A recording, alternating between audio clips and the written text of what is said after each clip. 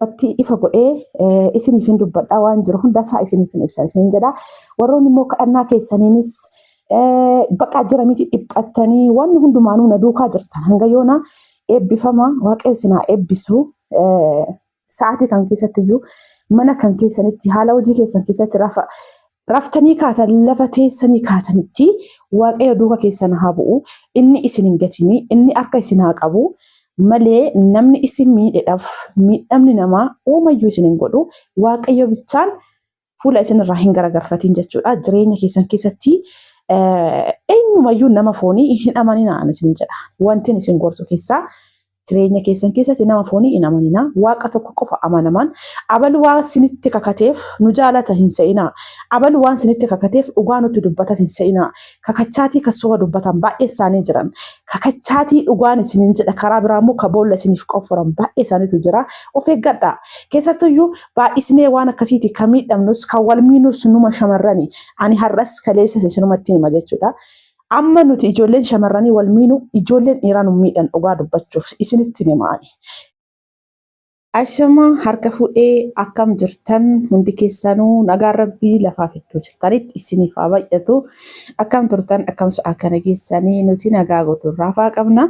Nageenya nu bukkee ture isin birallee haa jiraatu. Isiniin jecha obboleewwan keenya baay'ee tokko isin jalaa badee jira. Har'a tokkoffaa baga ayyaana masqalaa geessanii baga walumaan geenyee ayyaana gammachuu ka jaalalaa bara eebbaa ka quufaanu haa ta'u isiniin jedha. Achumaanis immoo eessatti baddee maaliif baddee jechuun keessan hin oolu baay'ee tokko badee jira. Dhugaa dubbachuuf jechuudha maaliif waanuma fe'eyyoo osoo ta'e nama yeroodha yerootti guyyaatti sa'aatitti viidiyoo osoo hojjetee hin turin ture jechuudha. Garuu immoo gizee tokko tokko maaliif giddiidha waan ta'eef waan kamiyyuu hin obsinu osuma jettaniyyuu immoo hin obsitan jechuudha. Jaalattanii osoo hin taane jechuudha. Kanaaf baay'ee keessan sin galateeffachuu fi baay'een keessan jechuudha. Maaliif yeroo kam keessattiyyuu warri keessanillee baay'ee tokko na hordoftan hin jirtanii akkasumas immootuyyuu warri immootuyyuu komiitiin irraa qabullee baay'een keessan hin jirtanii hunduma keessattiyyuu waaqayyoof galanni haa ta'u. Yeroo kam keessattiyyuu isin jechuudha. Ilmi namaa gaarummaa isaatti akkuma gaarummaa isaatti waaqarraayis namarraayis eebba argata. Ammas rabbiin isin haa eebbisu. Akkasumas immootu namoota tokko tokko immoo jirtan hanqina ka qabdan jechuudha. Hanqina ka qabdan yeroo isin hin jedhu jechuudha. Waan akkasiillee dubbachuu hin barbaadu. Ammas maaliif akkas jette laata jettanii warri shakkiin keessan dhufu jiraachuu dandeessan taate jechuudha. Warri waan jettan akkasumas immoo waan gootan beektan jechuudha. Maaliif kana isin jechuun jechuudha. Jireenya koo keessatti ani waan tokko dafee afaanii hin baasu. Dafee isin dubbadhu waan keessa kootiitti murteessine tokko hin dubbadhu jechuudha. Kana yeroo isin jedhu isinii gala. Akkasumas immoo waan murteesse sana immoo maaliif dirqama arraba keessan kana kasin dura gogu jechuudha. Yeroo kam keessatti jechuudha. Waan arrabni koo dubbate sana immoo duubatti deebi'ee yaaluudhaaf hin danda'u jechuudha. Sa'aatii kam keessatti jechuudha. Suni akkuma ta'ee jirutti waan akkasiisan keessaa isanii irra taruu wayyaa. Garuu immoo mammaaksa tokko maal isiniin jechuu barbaada beektanii dullattiitu jedhanii baga kufeessii baga ka'eessii isa irfiin natti kaatullee isa billaan natti kaatullee argee jetteedhaan. Jireenya keessan keessatti kufaatis akkasumas miidhamaa dhukkubsadhaa waan hundumaa argaa. Garuu firaa fi alagaa yookaan firaa fi immoo diina keessan adda baafattu. Baay'istaniituma dhugaa dubbachuuf baay'istanii jechuudha. Taari viidiyoo kana maaliif dubbattee maaf akkas jettee jechuun keessan hin oolu. Viidiyoon kun guyyaa isa dhumaaf asirratti isiniif dubbataa jira jechuudha. Maaliif kana booda viidiyoo waan kanarratti chaanala kanarratti nama biraati kan irratti dhufu. Isheenillee tarii ofii isheetiifis dhufuu baattu obboleessas ta'ee abbaa hin beeku. Tarii viidiyoo kana arguutti isheenis jechuudha.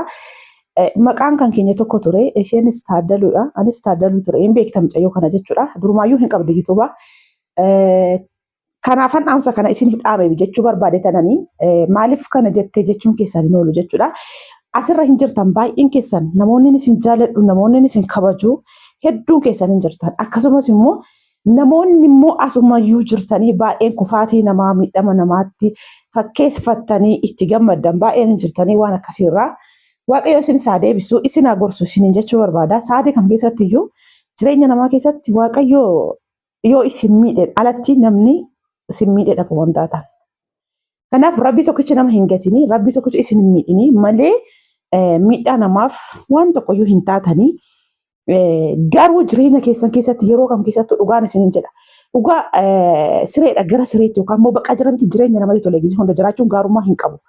Maaliif jireenyuun keessanuyyuu hiikaan isaa maal akka ta'e hin beektan isiniin jechuu barbaade ta'anii san keessatti gaarummaas yookas immoo hammeenyas adda baafattanii firas diinas adda baafattanii bartu dhugaa dubbachuuf jechuudha.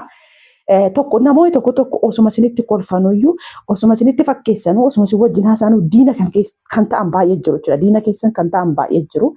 Yeroo baay'ee immoo isinitti meeraanii yeroo baay'ee kallattii kamiiniyyuu waan kana irrumaa hin dubbadha. Irrumaan dubbachaa dhufee jechuudha. Ammas namoonni hamma yoonatti hamma guyyaa irraa amma sa'aatii kanaatitti viidiyoo kan koo yookaan chaanala kan koo hordofaa turtan. Hundi keessanuu galata guddaa na biraa qabdanii ammas immoo waaqayyo yoo jedhee anis amma haala bareedaadhaan kana booda rabbiin yoo jedhee eebba rabbiitiin karaa biraatiin si dhufuu jira. Kuni asumaan ammayyuu dhugaa dubbachuuf tibba kana irratti hin gadhiisne isheen kaleessa kun kan naa bilbiltee dhufeera ga'eera garuu ayyaana bariidha kan si bira ga'ee sanbata dhufee waan jiru si harkaa fudha waan naan jetteef jechuudha. Deebisee too viidiyoo biraa kan dhufuu baadhee. Viidiyoo isa chaanala Haacaaluu irratti na eegaa maaliif kana jettanii immoo warri komiin irraa qabdanis komii keessa sannaa barreessaa komiitii sana nan dubbisaa viidiyoo itti aanutu irratti ifa godhee isiniif hin dubbadhaa waan jiru hundasaa isiniif hin ibsan isiniin jedha. Warroonni immoo kadhannaa keessaniinis bakka jira miti dhiphattanii waan hundumaanuu na duukaa jirtan hanga yoona eebbifama waaqayyo isinaa eebbisu sa'aatii kan keessattiyyuu mana kan keessanitti haala hojii keessan keessatti raftanii kaatan lafa teessanii kaatanitti waaqayyo duuka keessan haa bu'u inni isin hin gatini inni akka isin haa qabu malee namni isin miidheedhaaf miidhamni namaa uumayyuu isin hin godhu waaqayyo bichaan fuula isin irraa hin garagarfatiin jechuudha. Jireenya keessan keessatti eenyumayyuu nama foonii hin amaninaa isin jedha. Wanti isin gorsu keessaa jireenya keessan keessatti nama foonii hin amanina. Waaqa tokko qofa amanaman. Abalu waan sinitti kakateef nu jaalata hin se'inaa. Abalu waan sinitti kakateef dhugaa nutti dubbata hin se'inaa. Kakachaatii kasooba dubbatan baay'ee isaanii jiran. Kakachaatii dhugaan isinin jedha karaa biraa immoo kaboolla isiniif qofforan baay'ee isaaniitu jira. Of eeggadhaa.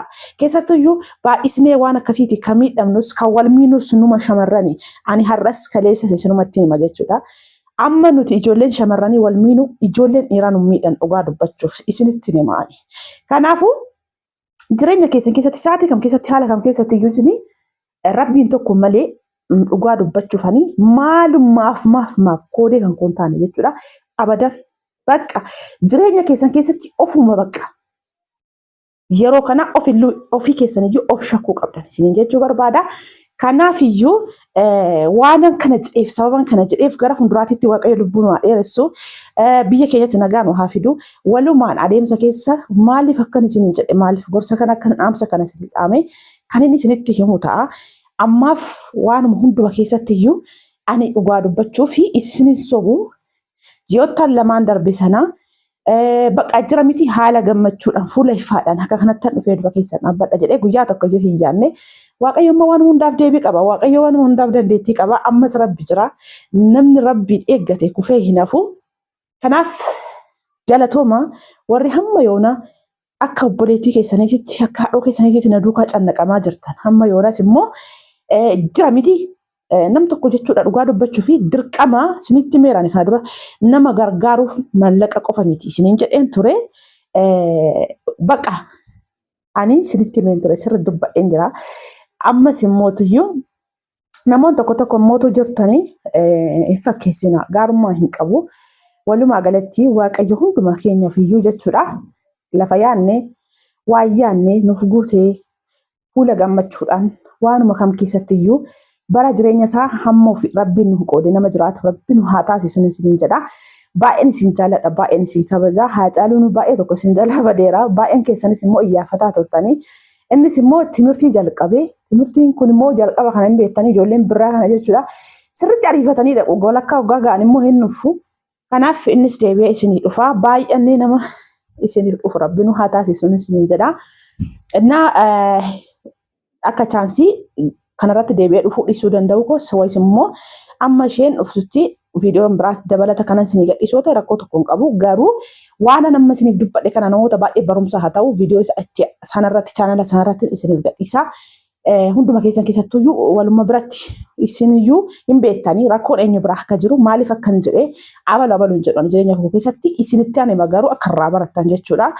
Irraa baradhaa. Jireenyi tuni jireenya sobaati. Dacheen tuni irra jiru darabaadha. Sa'aatii kam yeroo kam akka irraa deemnu waan hin beekneef. Kanaaf isiniin jedhaa baay'een isin jaalladha baay'een isin kabajaa nagaan naaf turaa turtii gaariin isiniin jedhaa Waaqayyo hunduma keenyayyuu nama karaa isaa yaadatu Rabbiin haa taasisu turtii gaarii.